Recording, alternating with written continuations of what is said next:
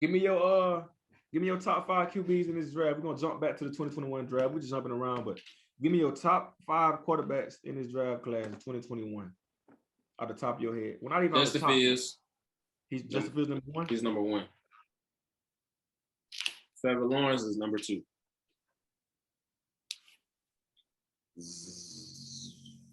Mac Jones number three. Zach number four. Who else am I missing? You missing Kellen Mond. You missing Trey Lance. Trey Lance five. So I'm gonna go ahead and give you my five because I want them to hear my five. Okay. Give me Trevor Lawrence, the number one player in this draft, let alone quarterback. Give me Justin Fields number two, Trey Lance number three, Matt Jones at four. No, Zach Wilson at five. I mean Zach Wilson at four, Kellen Mond at five. Why do you think Trevor Lawrence is better than Justin Fields? I really wish we was live recording this so the people can see it and they can comment and answer for me. So I ain't gonna answer that. This is a clip we gonna put on Instagram and let them come in and answer that. What do you mean why? You can't answer the question. That's why you know Justin Fields. I don't want to say what I'm gonna say. People gonna be like, Justin Fields. Yeah, it's a black quarterback, man. No, we ain't Justin Fields better, man. Justin Fields better. What makes him better? Now you answer that. What makes him better? More accurate thrower down the field. He's a more accurate. He's done a lot with less. You know what I'm saying? He's done a lot more with less. You know what I'm saying? Clemson has some great receivers. Great receivers. A lot of time, I'm not questioning how good he can throw or nothing. But a lot of times, Trevor Lawrence, all he had to do was just throw down the field. Okay. You agree? You agree on that? The Ohio State, they got smaller receivers. You know what I'm saying? You gotta put it there in a bunch of cases. You know what I'm saying? It's a throwing league now, so you know what I'm saying. So plus it's a dual threat thing. So I ain't questioning that Trevor Lawrence not dual threat, but I think Justin Fields, of course, more. You know what I'm saying? Dual than him, but yeah, I got Justin. Bro, if you go look at that man track record, we're gonna pull these stats on this screen. If you go look at Trevor Lawrence stats from throwing the ball, if you look at him play the game of football, it ain't nothing in your right mind gonna tell you that he's better, like Justin Fields is better than him, more accurate down the field than him. What? That you sound crazy. And now you can say you gotta watch, man. I watch. It's more the numbers. It's more the numbers.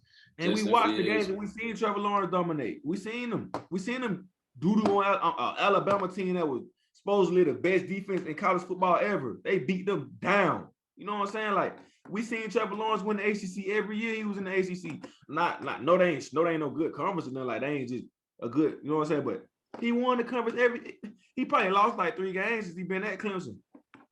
What year Trevor beat Bama? 18. They had 18 or 19. 1 or 2.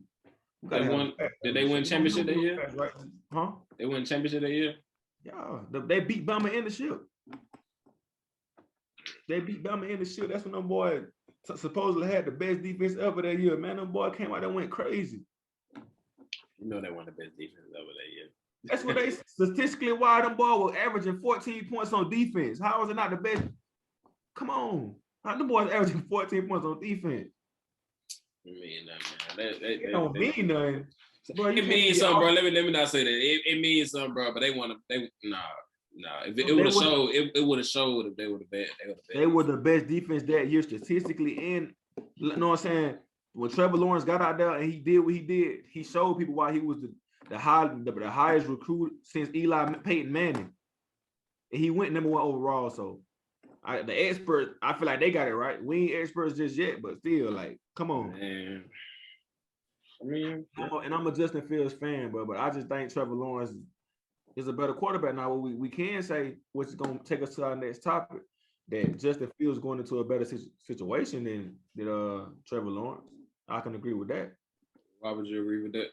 They got it because The Bears, for one, the Jaguars wasn't good last year. They probably won they won like 1 or 2 games, maybe 3. whereas the Bears has a great defense that's gonna hold Justin Fields down. They got a good run game. They got Allen Robinson, who was I know he top 10 receiver, and they got this Mooney kid from Tulane that's always open but could never get the football. He got every piece he needs to have success in his first year. Now I ain't saying going to the playoffs number. He got the pieces he needs to have success in his first year. Whereas the Jaguars they drafted a running back from Clemson. They still young and they still building. They got a brand new head coach. So I feel like right now the situation is better, but as time continues to move forward, we'll see how that play out. But Justin Fields probably will have a better year than him statistically because of the situation he's going in. I probably would agree that Justin Fields wants to a better situation. I don't think I question is the play calling from the Bears. You know what I'm saying? How they gonna work out. So the play calling was there last year. They didn't have a quarterback to navigate. You know what I'm saying? The plays and get the ball downfield like they wanted to. Like they just didn't have that. Nick Foles and Mr. Trubisky couldn't do that. Wasn't their strong suit. Mr. Trubisky a good quarterback that play on the rollout that can be mobile and showcase his arm in a mobile way. But as far as sitting in the pocket with arm strength, getting it downfield, threading the needle, they didn't have those type of guys. And I think Justin Fields was the perfect pick for that team. I know people feel he should have went higher, and I do too. I think he should have went to the 49ers. Definitely should have went higher. But the Bears is a perfect fit for him. So I'm cool. I'm cool with that as a fan. So who will be Rookie of the Year? I can't say right now simply because it's so many positions to look at. Out of the quarterback, who had a better year? You think out of the quarterbacks? Out of all the quarterbacks, yeah, it's probably gonna be Trey Lance or Justin Fields. If Jimmy G if something happened to Jimmy G to where he don't play or he get benched, Trey Lance will have the better year than all them quarterbacks. Because you go look at what he got in a play call from a play calling standpoint to an O-line standpoint to a receiver standpoint to the running back. They loaded. They super loaded on offense for Trey Lance. And it's tailor-made for him to be mobile. Right. So, like the mobile quarterback's the best when they don't have to be. Like if a guy could just move the pocket, you know what I'm saying, to get other receivers open, you're gonna see him at his best. But when he has to run to show he mobile, it's like he cool. But I think Trey Lance would be. If not, like I said, I just explained why I feel like Justin Fields would be. It ain't no guarantee that Trey Lance gonna play though. And don't sleep on Trevor Lawrence. If they get in there and EDN running the ball well, catching the ball at the backfield well, Laviska Shenault doing his thing, you know what I'm saying? Terry Godwin, if he can get healthy, if all those guys play their part, he can have a great season too, just because of the talent he has within himself. Yeah, I mean the 49ers, I don't think his stats gonna be up like that though, because the 49ers can just beat you running. You know what I'm saying? Yeah. They still got a great offense. They can bust big gain yards, you know what I'm saying, without even getting touched. You know what I'm saying? Got a good old line over there. So I mean, it just depends. And they're a big play offense. So they do a lot of RPO stuff like that. They set up for, you know what I'm saying, the people to do work after they get the ball. So, you know what I'm saying, they got Ayuk over there. So they got George Kittle, you know what I'm saying, Samuel. So you got big players over there. And their running back's good. So, I mean. Most definitely, I agree with that. So, my pick for the quarterbacks would be Trey Lance if he gets to play. But we kind of got to, as we continue to record, and we got to see how this thing plays out. And we definitely could give very accurate decisions based on how day by day is going. I know I've been seeing and hearing that Trey Lance is looking great training camp. So, we're going to see how it goes. And this is going to take us to our next topic. Out of the 32 NFL teams, which is the sleeper team from the draft, the team that's on the come up that nobody really talks about, but we know in the back of our head like this team could be a problem. You know what I'm saying? That nobody really talks about. It's gonna be tough. Say Miami. You said Miami. Yeah, Miami got a good defense. They got a good defense. They bought Jalen Waddle, you know what I'm saying, a couple old linemen. So I feel like they bought another receiver, didn't it? I don't know if they brought another one. But I know I'm noticing they got Grant over there, you know what I'm saying, and Waddle. So they getting them some I guess you could say kind of mimic like the Chiefs, you know what I'm saying? Get you some small receivers, you know what I'm saying, that can do something in space. That's all we see in basketball right now, bro. Like all these teams getting superstar teams, which is cool. Same thing happening in the NFL. They see the Chiefs blueprint. You gonna need speed. Like Tyreek, the Chiefs, you think about just fast, running, go balls, you know what I'm saying, going down the field. Now you look at what these teams building, the Raiders, the Dolphins, the Panthers, all these guys getting these speeds that could get downfield and get open right now. So I definitely can see it going that way with them. My team would be I gotta say the Bengals, man. I like the Bengals is a slept on team, bro. They got Joe Burrow, who had a solid season before he got hurt. They went and picked up Jamar Chase. They already have T. Higgins and Tyler Boyd. They got Jermaine Mixon, who one of my favorite running backs. Even though he don't get talked about that much, I like his game. Physical, can make you miss, can catch out the backfield. They got an up and coming O-line. They drafted O-line as their first pick, I want to say, this year. And they got a solid defense. They got probably a top 7 safety in Jesse Bates. I'm loving what they got going on over there. So my sleeper team for this year would be the Cincinnati Bengals. I ain't saying they're gonna win the AFC North or anything like that, but it's definitely my sleeper team. Let's go on to our next defense be getting exposed, bro. Huh? The Bengals defense be getting done dirty. Yeah, but they adding pieces. They working. We saying sleeper teams, man. They working. They trying to do what they could do. What player, no matter the position, you think will have an immediate impact on their team? Whether it's from trades, whether it's from being drafted, or anything like that. Immediate impact, like as soon as they get on the field, get in the locker room, it's a different vibe, it's a different culture. I mean, I feel like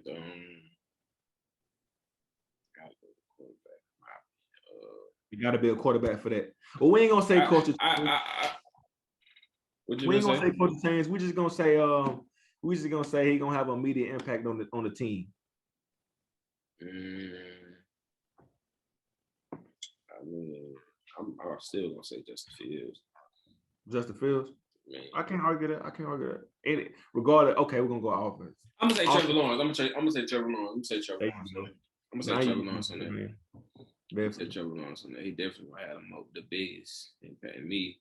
You know what I'm saying? For me, man, I could name a couple guys. I'm gonna give you a couple. First is gonna say Justin Fields. You know what I'm saying? He instantly makes the Bears offense better with the way he can throw the ball and the way he can move the pocket and his athleticism, his size at quarterback. All those are traits to make that offense better, which is what they needed. You know what I'm saying? So they got it wrong a couple years ago picking Trubisky over Watson. We see how that went when we talk about on-field play. Watson was top 3 every time he got stepped on the field. You know what I'm saying? So now I feel like they didn't get it wrong this time with Justin Fields. Another player for me that's going to make an immediate impact on their team would be Greg Newsome II. Now, he was the Browns' first pick. He's a cornerback out of Northwestern. And the Browns always not even always, but they got Denzel Ward that showed that he can be that guy, that he can lock down his side when he played, that he can be a prime time corner.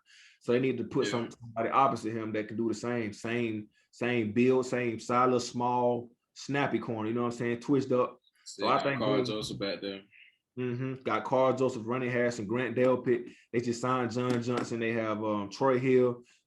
They also drafted a guy named Jeremiah Owusu-Koramoah, who I also think will have an immediate impact on him. He's like a hybrid nickel, linebacker, safety type of player. So the Browns are one of the teams I really feel like they're going to really step up this year.